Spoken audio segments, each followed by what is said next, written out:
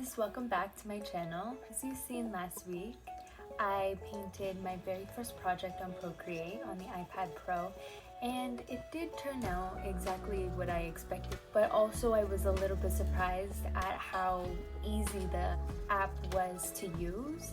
And I think I will try the Adobe program that is on the iPad as well and compare the two and see which one is better, because I'm not sure if Procreate is better or Adobe Fresco is better. So I guess that could be a comparison video in the coming weeks. I'm very excited to share with you guys a new project that I've been working on the past week. It is a photo of a woman that I found on Google Images, and her name is Sara Sampaio. She's a Victoria's Secret model, a Portuguese model, and she's so beautiful. So it definitely inspired me to pick this photo because she is extremely gorgeous, and the picture was, now that I look at it in hindsight, it wasn't the best picture just because of the lighting and the makeup wasn't the best, but I really like drawing her features and her eyes, and as you can see to your left, you'll see the progress that it took to create the final product. I've never done a portrait of a person before digitally, so it was a challenge for me mainly because of the symmetry of the face. Firstly, I got one eye smaller than the other and it looked crazy. And you could probably see at the beginning of the video. And then when I sent it to my grandma, she's like, you better fix that eye, it's a little off. So after fixing that, it started to look more like the photo. Another challenge was spending too much time on my line art, and that costed me time for my overall project, because at the end I was struggling. On my 6th day, I was struggling to finish the shading and the highlights and the shadows, which I probably should have done from the jump. I was really having a hard time with the colors as well. The colors of the lips, the eyes, and the eyes were a mix of green and blue, and the pattern was very difficult to match. But I tried a few different times and a few different methods, and although it still doesn't look perfect, it is almost there. I feel like if I had more time, I would have been able to really match the colors. The lips, I was having a lot of trouble with, just because of the shading near the bottom, as well as the lip color, because it has darker blush tones and then it progresses into like a white highlight essentially. The textures on the lips appeared to be very dry. Girl, put your chapstick on.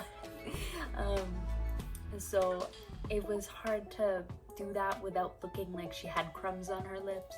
So if I had more time, I would definitely fixate it on the lips more to give that texture, as well as the skin.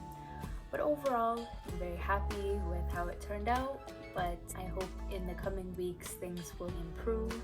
I feel like next week I'm going to definitely put more time into the face, the shadows, the highlights, and not necessarily worry about the line art, because along the way I had to fix the symmetry of the face anyway, so spending too much time on line art will just set you back because you're gonna paint over it anyway.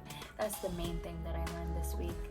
But yeah, overall, I hope you liked the process of the portrait, and if you have any comments or critiques, I am open to hear and I will take into consideration. My goal from this YouTube channel is to hopefully make it a side hustle, or maybe even a full career in the future.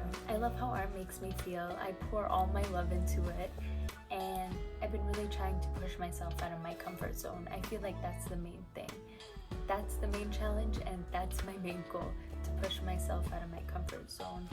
I am naturally a very shy person, and I just love to curl up in a ball and be in my safe space, but I feel like YouTube will be that thing that really motivates me to show the world my art and be very open with my process. I want to feel confident and be able to share and inspire younger artists who are scared like me to share their art. That's how a lot of people feel, unfortunately, that art doesn't have the opportunity or it doesn't have money in the field, and I feel like that's wrong. I feel like if you really put energy and time into it, then I feel like it will pay off. It could be extremely fun, but it's also important to set aside time to grow your technical skills in the sense of anatomy and figure drawing.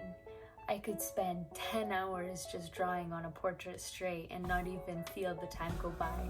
But with learning anatomy and the nitty-gritty stuff in art, I definitely have to push myself to do it. It's easier said than done, but I feel that it will really make a difference in my portraits and in my paintings, because those things do matter. So the challenge this week is to complete a portrait of a male and not make all the mistakes that I made last week. I hope to complete the line art in a short amount of time and really focus on the painting and the shadowing and the highlights and make it as realistic as possible. I'm excited to share this with you. Stay tuned and see you next week. Bye!